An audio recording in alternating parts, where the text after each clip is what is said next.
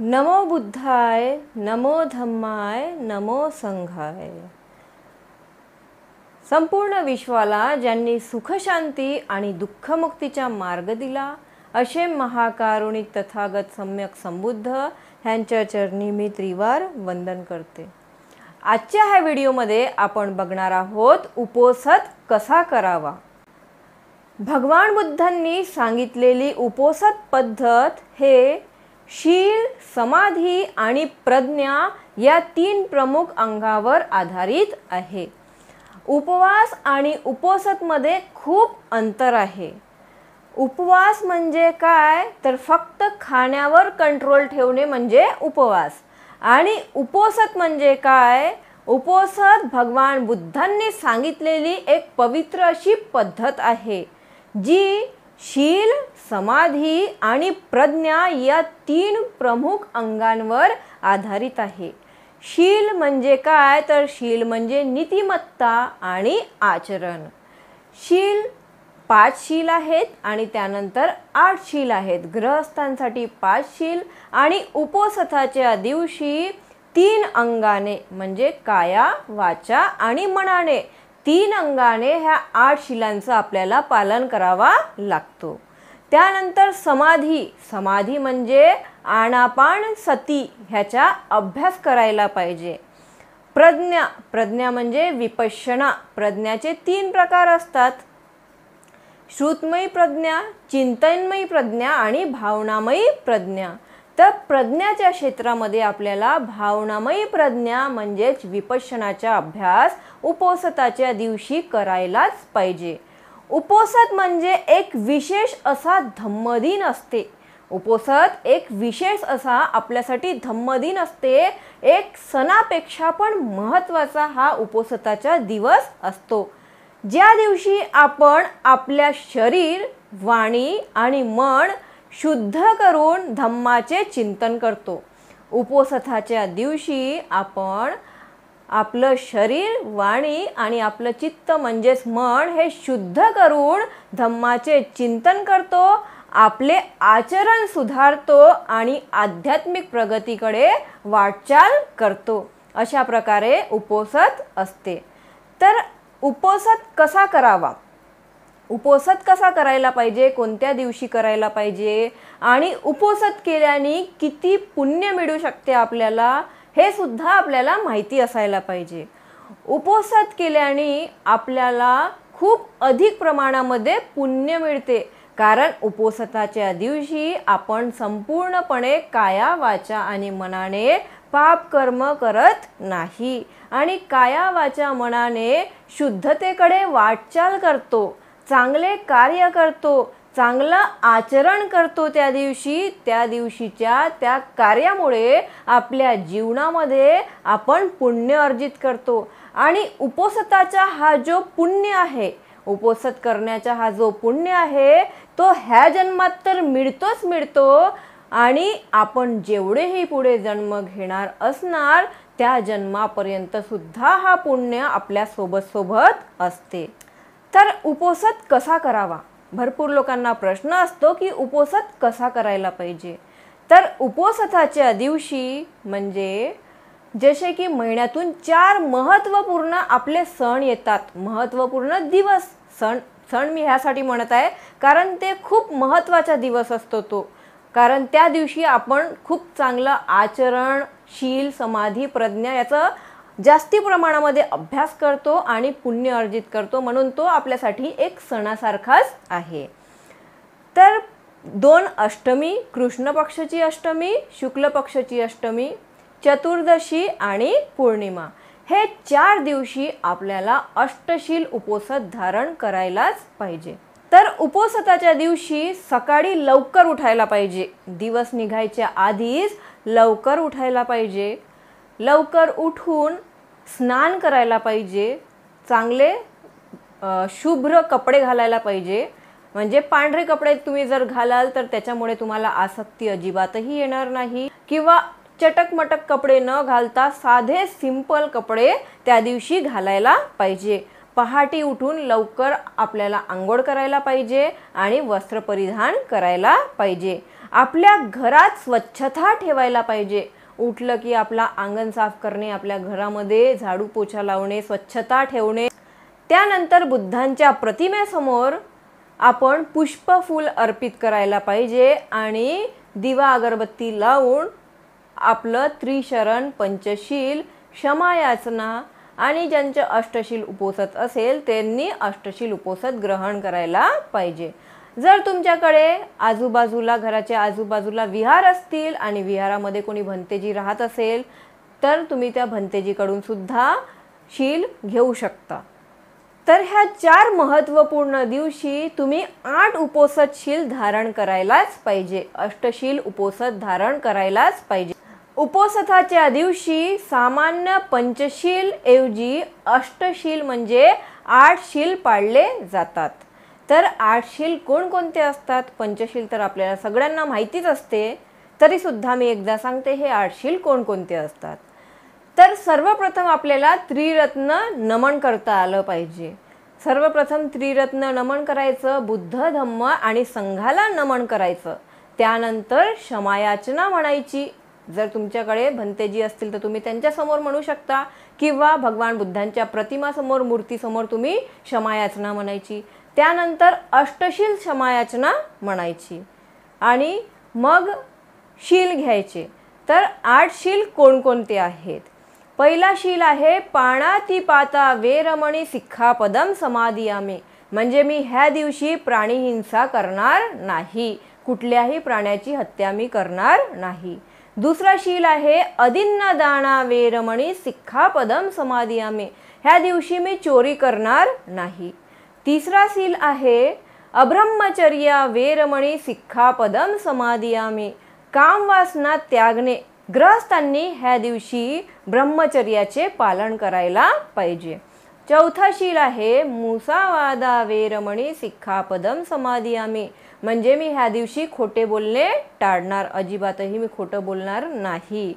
पाचवं शील आहे सुरामेरय मज्ज प्रमादठाना वेरमणी सिक्खापदम समादियामी, म्हणजे ह्या दिवशी मी मद्यपान व नशेच्या पदार्थाचा त्याग करणार, अजिबातही मद्यपान करणार नाही. त्यानंतर हे तर पंचशील झाले. याच्यामध्ये फक्त तिसरा शील जो असते 5 शीलमध्ये कामे सुमिच्छाचारा वेरमणी सिक्खापदम समादियामी, ह्याच्या जागी 8 शीलमध्ये अब्रह्मचर्या वेरमणी सिक्खापदम समादियामी अशा प्रकारे येतो. 6वं शील आहे विकाल भोजना वेरमणी सिक्खापदम समादियामी, दुपारी अन्न न घेणे. दुपारी 12 वाजताच्या आतमध्ये तुम्ही अन्न घेऊ शकता. तुमच्या शरीराच्या अकॉर्डिंग तुम्हाला जशाही प्रकारच्या अन्न लागत असेल ते तुम्ही अन्न घेऊ शकता. त्यानंतर सायंकाळी 5 ते 5:30 किंवा 6च्या मधामध्ये तुम्ही निंबू पाणी किंवा काळा चहा घेऊ शकता. परंतु रात्री आपल्याला अजिबातही भोजन करायचं नाही आहे. आणि जर कुणाच्या मेडिसिन सुरू असतील, कुणी आजारी असेल तर तो व्यक्ती नाश्ता करू शकतो. तर अशा प्रकारे हा 6वा शील आहे. 7वा शील आहे नच्च गीत वादित विसुक दस्सन माला गंध विलेपण धारण मंडन विभुत्सन ठाणा वेरमणी सिक्खापदम समादियामी, म्हणजे मी ह्या दिवशी नाचगान करणार नाही आणि अलंकार म्हणजे सोनं चांदी जेही काही असेल त्यांच्यात त्याग करील, त्या दिवशी मी घालणार नाही. अंगठ्या आहे, गळ्यातला आहे, पायातला आहे, जेही काही आहे, कानातलं आहे, हे सगळं मी त्या दिवशी त्याग करणार, हे सगळं मी घालणार नाही. त्यानंतर सुगंधित पदार्थ, क्रीम, पावडर, परफ्यूम जेही काय आहे त्यांचा मी त्याग करणार, हे सगळं मी लावणार नाही. गळ्यामध्ये कुठल्याही प्रकारची माला मी घालणार नाही. बोटामध्ये कुठल्याही प्रकारच्या अंगठ्या मी घालणार नाही.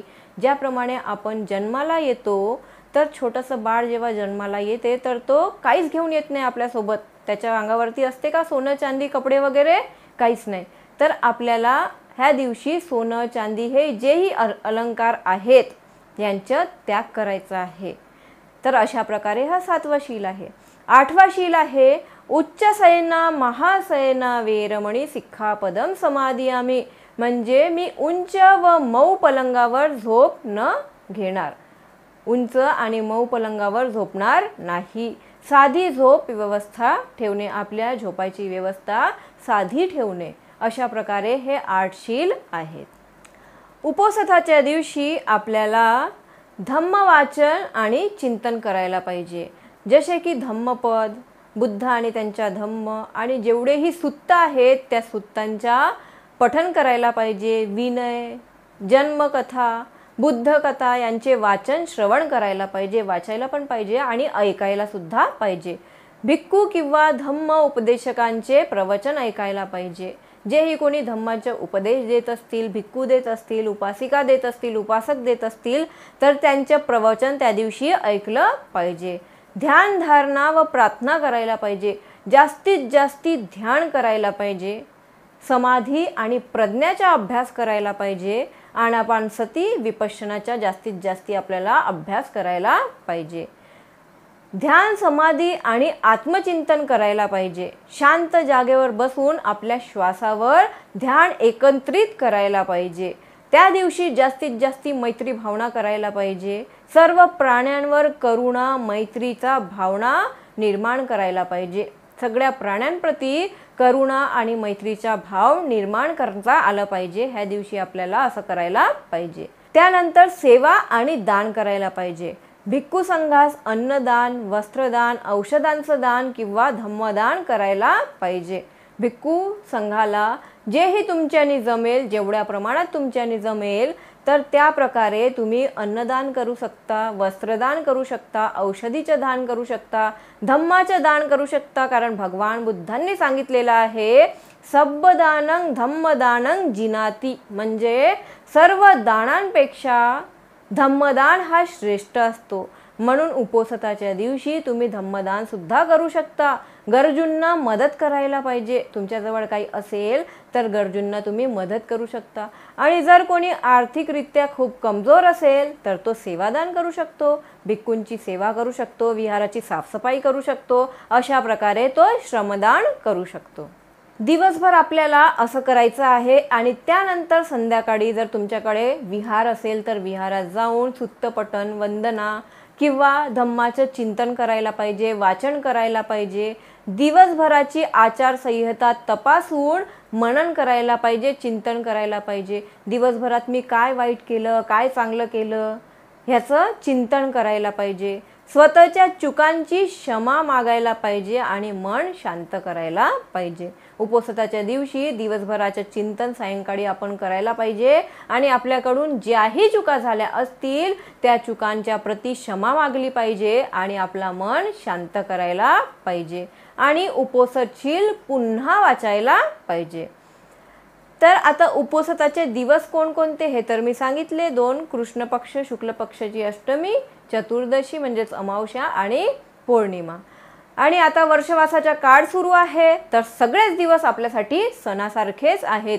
सगळेच दिवस आपल्यासाठी महत्त्वपूर्ण आहेत.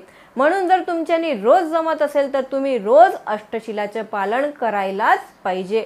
सकाळी 4:30च्या आतमध्ये उठून 4:30 वाजता उठून तुम्ही स्नान वगैरे करून बुद्धांची पूजा करून पूजा अर्चना करून तुम्ही ध्यान लावलंच पाहिजे. 1 तास तरी तुम्ही आनापानसती आणि विपश्यनाचा अभ्यास करायलाच पाहिजे. सर्वात पवित्र आपल्यासाठी पौर्णिमा असते. पौर्णिमाचा दिवस, पौर्णिमाच्या उपोषण केल्याने आपल्याला खूप अधिक पुण्य मिळते, खूप अधिक आपल्याला पुण्य मिळते. तर उपोषणाचे लाभ कोणकोणते असतात? उपोषण तर करायला पाहिजे, पण उपोषण केल्याने काही आपल्याला लाभ मिळतात का? तर हो, लाभ मिळतात. उपोषण केल्याने आपले शील शुद्ध होतात, शील शुद्ध होतात आणि आपलं मन सुद्धा शुद्ध होते. आपल्या पुण्याचा संचय होते. उपोषण केल्याने आपण काय करतो? पुण्य संचय करतो आणि दोषांचा क्षय करतो, दोषांना खतम करतो. पुण्य संचय करतो आणि आपल्यामध्ये जेही दोष असतील, ज्याही चुका असतील त्यांचा आपण क्षय म्हणजे त्यांना आपण नष्ट करतो. आणि ह्या दिवशी जास्तीत जास्त धम्मग्रंथ वाचायचे, धम्म ऐकायचा. तर हे ऐकल्याने काय होते, वाचल्याने काय होते? धम्माच्या प्रती आपली आध्यात्मिक उन्नती सुद्धा होते आणि आपल्याला एक नवीन ऊर्जा आणि आनंद सुद्धा मिळतो. त्यानंतर पुनर्जन्मात श्रेष्ठ स्थान प्राप्त होते. देवता लोकामध्ये सुद्धा आपण उत्पन्न होऊ शकतो। अशा प्रकारे हे उपोषणाचे लाभ आहेत।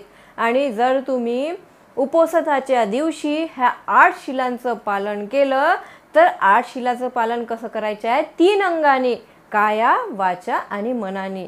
म्हणजे मी स्वतःही करणार नाही, दुसऱ्यालाही करू देणार नाही, आणि कुणी जर करत असेल तर त्याचे मी समर्थन सुद्धा करणार नाही। जसं की प्राणी मात्राची हिंसा करणार नाही। ठीक आहे, मी तर करणार नाही, म्हणून मी करत नाही म्हणून दुसऱ्यांना करू लावायचा, तर दुसऱ्यांना सुद्धा करायला लावायचं नाही आहे। आणि जरी कुणी करत असेल तर त्याच्या समर्थन सुद्धा करायचा नाही आहे। अशा प्रकारे 3 अंगाने, काया, वाचा आणि मनाने आपल्याला ह्या शिलांचं पालन करायचं आहे। ह्या उपोषणाचे खूप लाभ आपल्याला दिसून येतात आणि आपल्या जीवनामध्ये आपण खूप जास्ती पुण्य संचित करतो। तर अशा प्रकारे तुम्ही सुद्धा ह्या वर्षवासाच्या काळामध्ये, कारण 3 महिने आहेत आणि 3ही महिने आपल्यासाठी दररोज सणासारखे आहेत, म्हणून मी तर म्हणते जर कुणाला शक्य असेल तर तुम्ही रोज उपोषण करू शकता। आणि जर शक्य नसेल तर ह्या 4 महत्त्वपूर्ण दिवशी तरी तुम्ही उपोषण करा। तर अशा प्रकारे उपोषण म्हणजे स्वतःची शुद्धी, स्वतःची आत्म अनुशासन, स्वतःला अनुशासनमध्ये लावणं आणि धम्माच्या मार्गावर चालण्याचा एक प्रभावी उपाय आहे। साधू साधू साधू। व्हिडिओ आवडल्यास व्हिडिओला जास्तीत जास्त लाईक, शेअर, त्याचबरोबर जर तुम्ही चॅनलवर नवीन असाल तर प्लीज चॅनलला सबस्क्राईब करून घ्या। नमो बुद्धाय, नमो धम्माय, नमो संघाय।